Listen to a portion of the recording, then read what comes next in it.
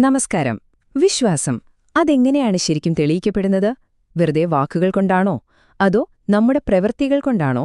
വലിയ ആശയങ്ങളെ ലളിതമായി മനസ്സിലാക്കാൻ ശ്രമിക്കുന്ന ഈ ഒരു ചർച്ചയിൽ നമ്മൾ ഈ ചോദ്യത്തിന്റെ ഉത്തരം കണ്ടെത്താൻ പോവുകയാണ്. അപ്പോ നമ്മളിന്ന് നോക്കാൻ പോകുന്ന പ്രഭാഷണം പറയുന്നത് എന്താണെന്നറിയോ? ഇതിന്റെ എല്ലാം ഉത്തരം ഒരൊറ്റ ശക്തമായ ആശയത്തിലുണ്ട്. അതാണ് ഗവാഹി. ഗവാഹി ഇതൊരു ഹിന്ദി വാക്കാണ്. സാക്ഷ്യം അല്ലെങ്കിൽ തെളിവ് എന്നൊക്കെയാണ് ഇതിന്റെ അർത്ഥം. അപ്പം ഈ പ്രഭാഷണത്തിന്റെ പ്രധാന ആശയം ഇതാണ്.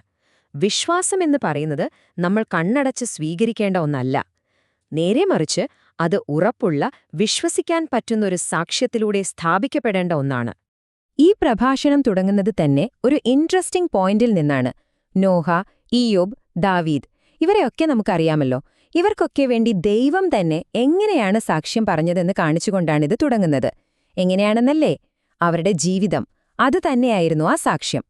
പക്ഷേ യേശുവിന്റെ കാര്യത്തിലേക്ക് വരുമ്പോ ഒരു വ്യത്യാസമുണ്ട്. യേശു പറഞ്ഞു, ഞാൻ എന്നെക്കുറിച്ച് തന്നെ പറഞ്ഞാൽ മാത്രം പോരാ, തനിക്ക് വേണ്ടി സാക്ഷ്യം പറയാൻ ഇതിലും വലിയൊരാളുണ്ട് എന്ന് യേശു തന്നെ ചൂണ്ടിക്കാണിച്ചു. അപ്പൊ സ്വാഭാവികമായും ഒരു ചോദ്യം വരുമല്ലേ, ആരായിരുന്നു ആ സാക്ഷി? അതെ, ആ പരമമായ സാക്ഷി ആരാണെന്നല്ലേ? ഈ പ്രഭാഷണം വളരെ വ്യക്തമായി പറയുന്നുണ്ട്, അത് പിതാവായ ദൈവമാണെന്ന്. ഇവിടെയാണ് നമ്മൾ ശ്രദ്ധിക്കേണ്ട ഏറ്റവും പ്രധാനപ്പെട്ട കാര്യം.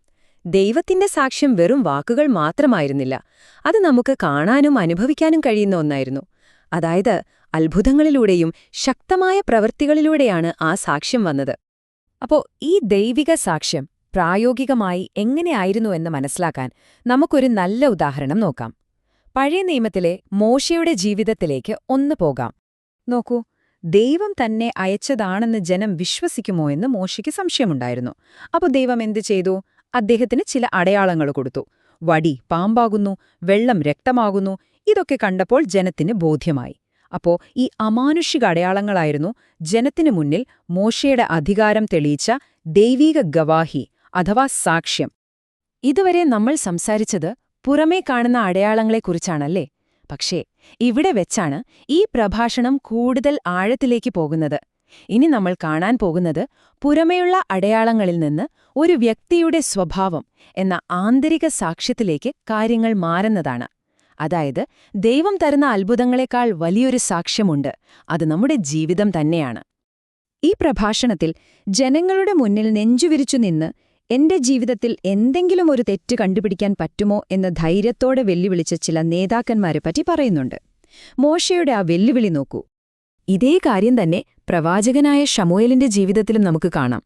ഞാൻ ആരുടെയെങ്കിലും എന്തെങ്കിലും എടുത്തിട്ടുണ്ടോ, ആരെങ്കിലും ചതിച്ചിട്ടുണ്ടോ എന്ന് അദ്ദേഹം ജനത്തോട് ചോദിക്കുകയാണ്.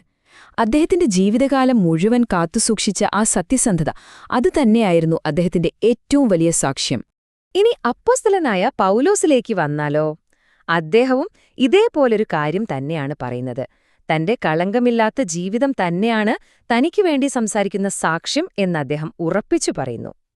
പക്ഷേ ഈ വിഷയത്തിലെ ഏറ്റവും ശക്തമായ, ഏറ്റവും മികച്ച ഉദാഹരണം യേശു തന്നെയാണ്. നിങ്ങളിൽ ആർക്കാണ് എന്നിൽ ഒരു പാപം കണ്ടെത്താൻ കഴിയുക എന്ന ചോദ്യം, അതൊരു വെല്ലുവിളി തന്നെയായിരുന്നു. ഏറ്റവും രസകരമായ കാര്യം എന്താണെന്ന് വെച്ചാൽ, യേശുവിന്റെ നിരപരാധിത്വത്തിന് സാക്ഷ്യം പറഞ്ഞത് അവിടുത്തെ ശിഷ്യന്മാർ മാത്രമല്ല. കൂടെ കുരിശിൽ കിടന്ന കള്ളൻ, റോമൻ ഗവർണർ പീലാത്തോസിന്റെ ഭാര്യ, അവസാനം പീലാത്തോസ് വരെ, ഇവരെല്ലാം പറഞ്ഞു ഈ മനുഷ്യൻ നിരപരാധിയാണ് എന്ന്. ഇതല്ലേ ശരിക്കുമുള്ള ഗവാഹി? അപ്പോ ഇത്രയും കാര്യങ്ങൾ പറഞ്ഞ സ്ഥിതിക്ക് നമുക്കിതിന്റെ അവസാന ഭാഗത്തേക്ക് വരാം. ഇതെല്ലാം കൂടിച്ചേർന്ന് നമ്മളെ എങ്ങോട്ടാണ് കൊണ്ടുപോകുന്നത്? എന്താണ് ഈ പ്രഭാഷണത്തിന്റെ കാതലായ സന്ദേശം? ഇതുവരെ നമ്മൾ പറഞ്ഞ എല്ലാ കാര്യങ്ങളെയും ഒരുമിപ്പിക്കുന്ന ആശയം ഇതാണ്.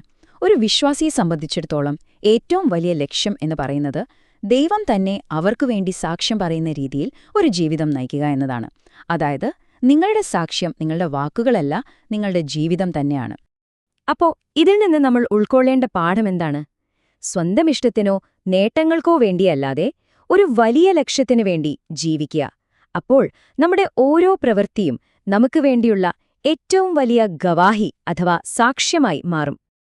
അപ്പോ ഈ പ്രഭാഷണം നമ്മളോട് ഓരോരുത്തരോടുമായി വളരെ ശക്തമായൊരു ചോദ്യം ചോദിച്ചുകൊണ്ടാണ് അവസാനിക്കുന്നത്. ഇന്ന് ദൈവം നിങ്ങളെക്കുറിച്ചൊരു സാക്ഷ്യം പറയുകയാണെങ്കിൽ എന്തായിരിക്കും അവിടുന്ന് പറയുക? ഒന്നാലോചിച്ചു നോക്കൂ.